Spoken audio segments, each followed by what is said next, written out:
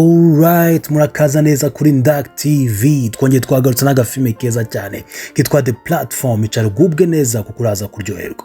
Filme yacu itangira batwereka umugabo witwa Goreng ari muri gereza, akahita abona urukuta rwanditseho nimero 48. Iyo gereza mu cyumba habaga harimo uburiri naho gukarabira intoki n'umwobo muremure. Iyo gereza kandi yari ifite etaje zirenga 100, buri etaje iraraho imfungwa ebyiri, izindi zikagenda zirara munsi. Iyo amasaha yo kurya yageraga, ibiryo babishiraga kuri etaje yo hejuru ya mbere, kandi ukaba ufite iminota 2 gusa yo kurya, yashira bakabimanura kuri etaje ya kabiri biciye muri wa mwobo uri muri buri cyumba, izindi mfungwa nazo zikarya gutyo. Iyo hashiraga ukwezi bagendaga bahinduranya imfungwa, bamwe bakabazamura abandi bakabamanura. Goreng umunsi wa mbere bamuzanira ibiryo yanze kurya kuko yumvaga atarasonza, abirekera bari munsi ye. Iyindi mfungwa babanaga mu cyumba yo irarya hashize iminota 2 ihita ibiciramo. Ibintu yahise asobanura Goreng ko nabo hejuru ye buri baba babiciriyemo mbere yo kubimanura. Goreng ahita yifatira pome yonyine arayibika kugira ngo aze kuyirya nyuma nasonza. Ubwo icyo cyumba cyahise gitangira gushyuha, aza kumenya ko bitemewe gusigarana ibiryo mu cyumba. Iyo bisigaranye icyumba cyanyu bayoherezamo ibintu bishyushye kugeza mupfuye. Goreng abimenye ahita ajugunya iyo pome, bihita bimwibutsa mbere yuko aza hari gukora interview ko yasinye impapuro zivuga ko agomba kuva muri iyo gereza ari uko amezi 6 ashize. Mbere yo kuza babemereye kuzana ikintu kimwe gusa, maze Goreng ahitamo kuzana igitabo gusa. Ikindi kandi nuko Goreng yaje ku bushake kuko nyuma y'ayo mezi yari kwamara yari kuhakura impamyamushobozi ikomeye izamuhesha akazi keza. Umunsi ukurikira none Goreng yanze kurya, atangira kubaza mfungwa babana mu cyumba yitwa Trimagasi impamvu yatumye waza muri iyo gereza. Trimagasi yahise amubwira ko umunsi umwe yari ari kwirebera televiziyo, abona bari kwamamaza icyuma cyo gukoresha mu gikoni. Arangije arakigura, ariko hashize igihe gito yongera kubona bamamaza ikindi cyuma cyiza kiruta cya kindi cya mbere. Ibintu byose bimurakaza, ahita afata iyo televiziyo ayijugunya mu idirishya yikubita ku muntu witambukiraga ku mutwe, ahita hasiga ubuzima. Ubwo buyobozi bwahise bumuhitishamo kumujyana mu bitaro by'abasazi cyangwa bakamujyana muri iyo gereza.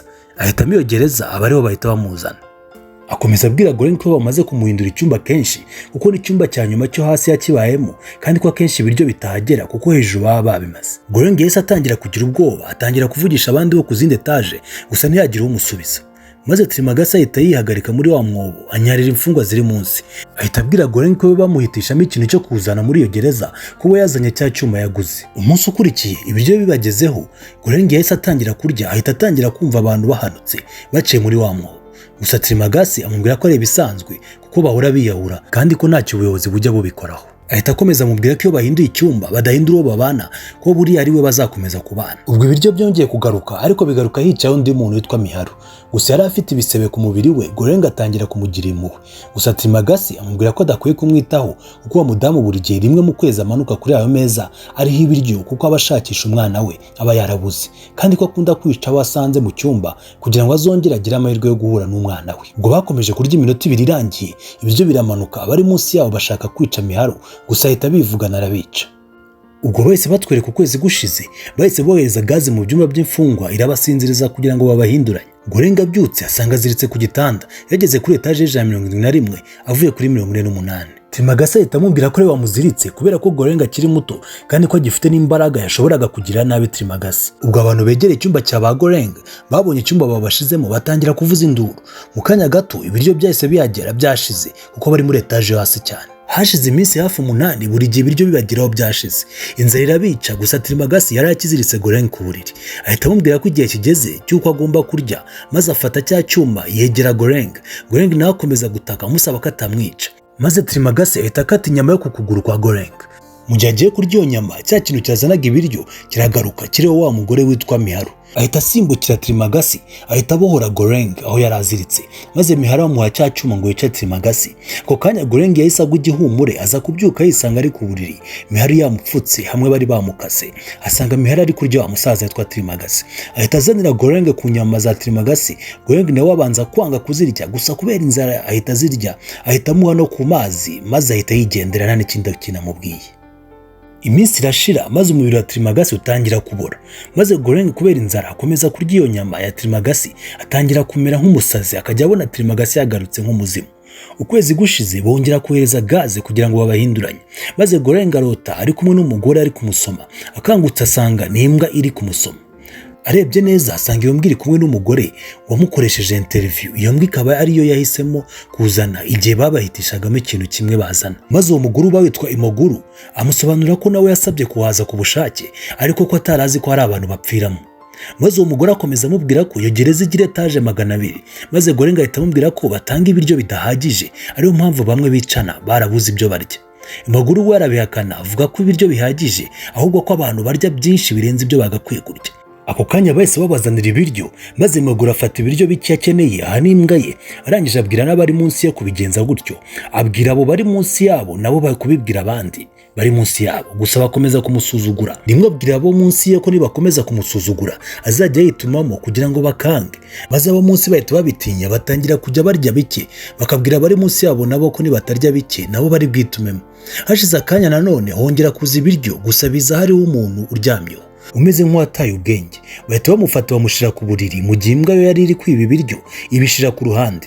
Ibiryo bimaze kumanuka hatangira gukonja cyane. Gorenga atangira kwirukanka na yambwa kugira ngo isubizeyo ibiryo yibye, kuko yari yarenze kuri rya tegeko ry'uko ntawemerewe gusigarana ibiryo. Bigeze amasaha yo kuryama, Gorenga ahereza uburiri bwe wa mugore warara hasi. Bigeze mu gitondo, Gorenga asanga Miharu na wa mugore bari kurwana bapfa ko Miharu yishe yambwa ye arayirya. Maze Gorenga ahita abwira Imoguru ko Miharu yirwa ashaka umwana we yabuze, gusa Imoguru ahita amubwira ko yamubeshye kuko yaje wenyine mu mezi 10 ashize. Akomeza amubwira ko we impamvu yaje ari uko arwaye kanseri kandi ko yagerageje imyaka irenga 3 kuyirwanya, gusa ko byamunaniye. Agahitamo kuza muri iyo gereza ngo urebe ko hari icyo yamara, gusa nta kintu bikimubwiye. Bigeze ku munsi wabo wa nyuma kuri etaje ya 33, Gorenga akomeza abwira Imoguru ko yagira icyo afata akarya kuko ashobora kubyukira mu yindi etaje yo hasi ku buryo atongera kubona ibiryo. Umunsi ukurikiye Gorenga yisanga bamushize kuri etaje ya nyuma ya 202. Mu gihe Imoguru we yari azi ko iyo gereza igira etaje 200 gusa. Ahita abona ko ibyo birangiye, Gorenga asanga yiyahuye. Nuko Gorenga akomeza kujya abona ishusho ya Trimagasi aguma agaruka ari muzima, amubwira ko agomba kurya wa mubiri wa mugore uyahuye, ndetse bigira abona n'ishusho y'abo bantu bose bamuciye imbere. Atangira kumera nk'umusazi, bigira atangira kurya impapuro zo muri cya gitabo. Inzara igera iba nyinshi, atangira no kurya kuri Imoguru. Bigeze ku mugoroba barongera barabahinduranya, yisanga yageze kuri etaje ya 6. Asanga bamuhaye undi muntu witwa Baharati. We akaba yari yarazanye umugozi, akaba yaratekerezaga kuzamufasha kurira izo etaje zose agatoroka. Ahita aterera umugozi kuri etaje ya 5 kugira ngo bamufashe kurira iyo etaje. Atangiye kurira uwo mugozi, bantu bari kuri etaje ya 5 bahita bituma mu maso ye. Ahita asubira inyuma agiye kugwa hasi, Gorenga aramufata, ariko umugozi ugwa hasi bakomeza kuba muri ubwo buzima. Gorenga agakomeza abona amashusho ya bantu bapfuye.